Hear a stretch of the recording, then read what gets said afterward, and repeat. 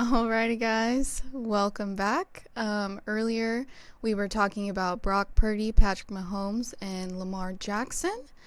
And now we're going to move on talking about quarterback Kirk Cousins, Jim Harbaugh, and Bill Belichick. But before we get into that, I just wanted to remind you that if you would like to, you can send us tips and donations, and we can also see top comments with this as well. You can send those tips and donations at streamelements.com/gsmcsportsnetwork./tip. All righty. Nicely done. Thank you. Let's By the way, dive right into it. before you dive in Sorry. there, I have a question for you. I'm actually Okay. drinking a Monster, which is, hey, they're not paying us, but I'm drinking a Monster. But you took a drink. Let me see your glass. What glass are you drinking out of?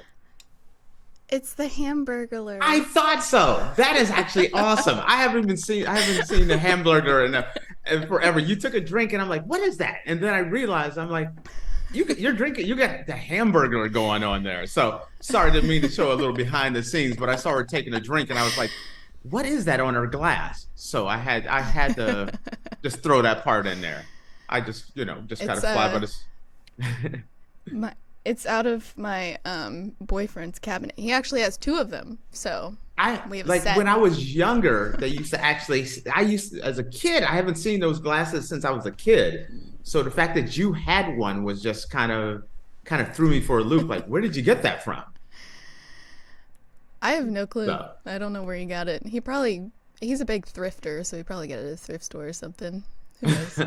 and then living, as I've mentioned, being in Portugal, where we live, we have a Burger King and a McDonald's, but you don't see a lot of fast food is just not a big thing in Europe around here. So very different. So anyway, go ahead, fire away. Let me hear what you have going for us.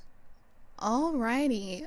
First up, we're going to be talking about the Steelers and Kirk Cousins. Steeler among favorites to land free agent quarterback Kirk Cousins. So the question is he going to go to the Steelers? Cousin was most recently with the Minnesota Vikings, but his season ended early with a torn Achilles in late October of 2023. But they say Cousins will be ready to play in early May. And the Steelers will be likely making one addition to their quarterback room to pair with the former first-round pick Kenny Pickett. The question is Cousins an obvious fit for the Steelers? I have been thinking this for a little while. I think Kirk Cousins or Russell Wilson would be the perfect fit for the Steelers. When you look at the Steelers and Mike Tomlinson, you look around and you say, year after year, consistent winning seasons, consistently making the playoffs. And you have a situation where, even this year, even though they made the playoffs, I never looked at them as a serious contender strictly because they had Mason Rudolph at quarterback. Kenny Pickett was the backup in the playoffs. I think both of these guys can be decent quarterbacks as far as very strong backups. But if you're trying to contend for a championship, the Steelers have to upgrade at quarterback. I know that the city of Pittsburgh are very strongly on Kenny Pickett. That Kenny Pickett is the future. But honestly, when I watch Kenny Pickett play, I don't look at him as the guy that's going to get you to the playoffs. When I watched that team most of the year, I was like, this team is just good enough to end up in the middle of the pack, which doesn't get you a major draft pick, and it doesn't get you to the playoffs. Later on, they made the switch to Mason Rudolph. They went on a little bit of a run and ended up making the playoffs. But when you look at the weapons that they have, Najee Harris at running back, the defense, this is a solid unit that needs a strong veteran presence. And like I said, I think Kirk Cousins or Russell Wilson would be the perfect fit. Um, or I would even have them try to even do a trade with the Bears to get their quarterback. But I don't think Pittsburgh should stick with Kenny Pickett. No, I don't. And then the Steelers have already announced that Kenny Pickett is going to be their starting quarterback for next year. And I'm like, why? Why are you even bothering to announce at the end of the year that Kenny Pickett is your quarterback? Bring him in. You have Mason Rudolph, Kenny Pickett, and let's say Kirk Cousins, and you have a quarterback competition and see who the best quarterback is. But I think a veteran presence would be the right way to go. Yeah, they Mike Tomlin said that he is on his 2024 roster, but it is said that the Steelers will probably aim lower than Cousins, and not really at the top of the list for the Steelers. So, And I think it's a big mistake by the Steelers. The Steelers really need a veteran presence at quarterback. Um, if they're happy with going, getting a winning record, uh, a 9-8 record or something like that, maybe making the playoffs again, only to get bounced out early. Stick with what you have because that's going to be rinse and repeat. But if you're going to try to make that leap, kind of like the Detroit Lions did this year, uh, or make it farther like Tampa Bay, you have to be able to have like look at Tampa Bay. They this year they went out and they brought in Baker Mayfield. Maybe traditionally he may not be thought of as a top flight quarterback, but he's an experienced quarterback that has taken a team to the playoffs before, and it really worked out for Tampa Bay. The Steelers, with everything they have, I think that would have been a perfect fit. So well, I guess we'll see what we'll find happens. out. All right. Alrighty, moving on to Jim Harbaugh. Um, Oh, I know Tate is upset about this information because he is a big Michigan fan.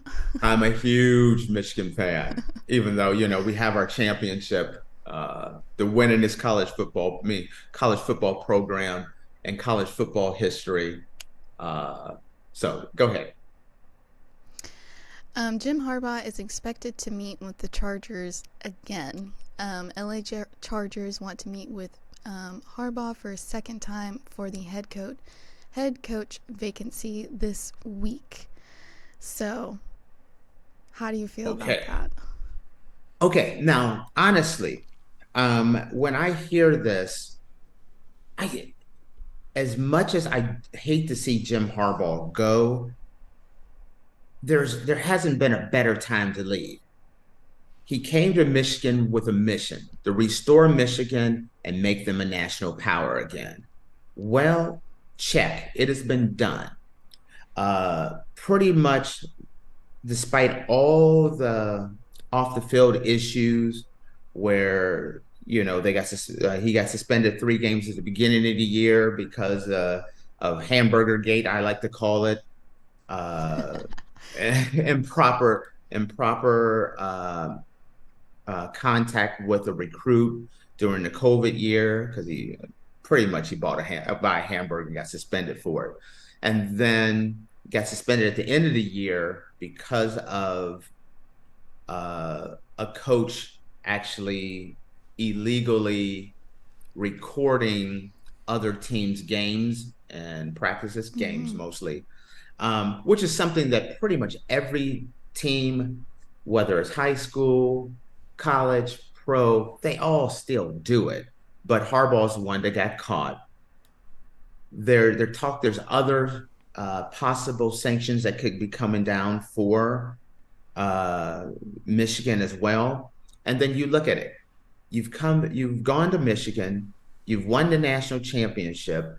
You have unfinished business in the NFL. You've won everywhere you've gone, whether it's San Diego State, you won, whether it's Stanford, the 49ers, and now Michigan. There's only one thing he hasn't done, and that is win a Super Bowl. I think Kansas City is the best. Not Kansas City. They're not San Diego either. They used to be San Diego. The Los Angeles Chargers, which is still hard to say the Los Angeles Chargers to me. I think is the best place to land. Deep down, I think Harbaugh is struggling with two main things. I think he wants to come back to the NFL. I don't have any inside information, but from what I know about Harbaugh, I think Harbaugh wants to come back to the NFL. I think he would prefer to go to an NFC team, kind of like it was when he was with the 49ers, where him and his brother both made it to the Super Bowl against each other. Instead of being an AFC team and blocking each other from going to the Super Bowl. I think that weighs heavy on his decision. Also, the ramification of Jim Harbaugh leaving Michigan this late after the season goes, there's a major drawback, kind of like with Nick Saban in Alabama. One of the things that I don't know if everyone knows this, but the transfer portal has ended for this part of the season, with the exception of one thing. If your coach leaves and goes to a new job, the transfer portal opens for that school and that school only. So if Harbaugh decides to leave Michigan, that opens up the transfer portal where the entire country can start recruiting Michigan players to leave Michigan and go to their school. And Michigan would not have any other school that they could replace those players. Alabama is kind of dealing with that now, where they're losing a lot of players and they can only go after schools that just lost their head coach, which is Washington. Same would apply to Michigan, but it would be much later in the process. So you would pretty much only be able to go after Washington, Arizona, and Alabama's players. So it just kind of puts them in a bad situation. So just brought that part up there. And that's it on that one for me. Well, the LA Chargers are looking for a new head coach since firing Brandon Staley. Is there a reason why he was fired? I am unaware of that. Okay, Staley. No one. I hate bashing coaches and things, but no one has done less with more, in my opinion. Meaning, Staley has had a team that has, a young upstart quarterback that many people think is a top 5, top 7 quarterback, and have failed to make the playoffs, consistently have lost. I think it has been the right time to move on from Staley. I think a guy like Harbaugh would be the perfect fit, where if you're a coach coming in, you want to say, do you have playmakers? Do you have a starting quarterback? Do you have a nice foundation on defense? And I feel like the Chargers have all of that. Not only that, their quarterback is locked in. You have your starting quarterback for the next decade already in place, and that is the hardest position to fill. And so it makes it perfect for Harbaugh or Belichick or whomever else. I also heard that that Atlanta had talked to Harbaugh as well. The team I thought that would have been the perfect fit as far as fitting that, not being an AFC team. I thought the Commanders, shouldn't call them that other name now. The Washington Commanders would have been a good fit for Harbaugh. But they're missing that vital piece, which is that franchise quarterback. And so when you look at trying to get a franchise quarterback and you look at all the teams out there, the Chargers are just tailor made. I think in the end, I think he will go. And unfortunately for Michigan, when you look at Michigan, if Harbaugh goes, when you look at what I was talking about the transfer portal, I think the Big Ten belongs to Ohio State at that point. So, Well, touching back on what you said, he is meeting with the Atlanta Falcons for a second time. He's already met with them once, so he'll be meeting with them again. so second interview with Atlanta and second interview with the Chargers. Yes. And that kind of fits. Atlanta's interesting because I could see him kind of wanting to stay on the East Coast. That's another reason why I thought the Commanders would have been the perfect spot. The Harbaugh family is a very close family. Matter of fact, I went to school with a first cousin of his, and so I know they're a very close family. And I thought it'd be the perfect fit because they'd both be in that Washington D.C. metro area, being Baltimore and Washington. I thought that's another reason why I thought that'd be a good fit. But staying on the East Coast, I think that would be very attractive to Harbaugh, so that the family doesn't have to be bi-coastal. So it's going to be very interesting to see how it fits. But the Chargers are set up. If you're trying to look for the best situation, I would probably say stay in Michigan or go with the Chargers. So, All right. So if you guys hear that he moves on from Michigan, y'all keep Tate in your thoughts. oh, because it's gonna hurt when that transfer portal opens up. If he leaves and the transfer portal opens up, there's going to be a lot of teams trying to poach those Michigan players. Michigan's team is solid.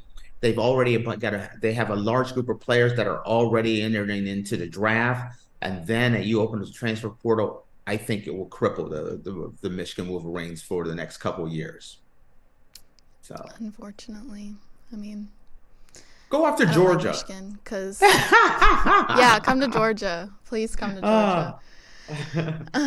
Alrighty. Moving on, Bill Belichick turns down Eagles' interest for a coaching position. Belichick is not interested. He basically said he is done with big market media. So he was like, no, I'm not going to do it. But so the question is, are the Eagles moving from Nick Sirianni? Sirianni. Yes, Sirianni. Nick yes. Sirianni. So okay. All right, here's my take. Sometimes I feel like there are decisions that are made for that, pride and ego. I think Belichick has this whole situation where it seems like he really wants that Atlanta Falcons job, but that's a big project for him. I think if he's truly thinking about his legacy, he should have ran to the Eagles. Yes, you're going to a major market. You're going to a place with rabid fans, but is there a team more set up? The big, knock against Bill Belichick right now, and I have said this numerous times, Bill Belichick, who is considered the greatest coach of all time,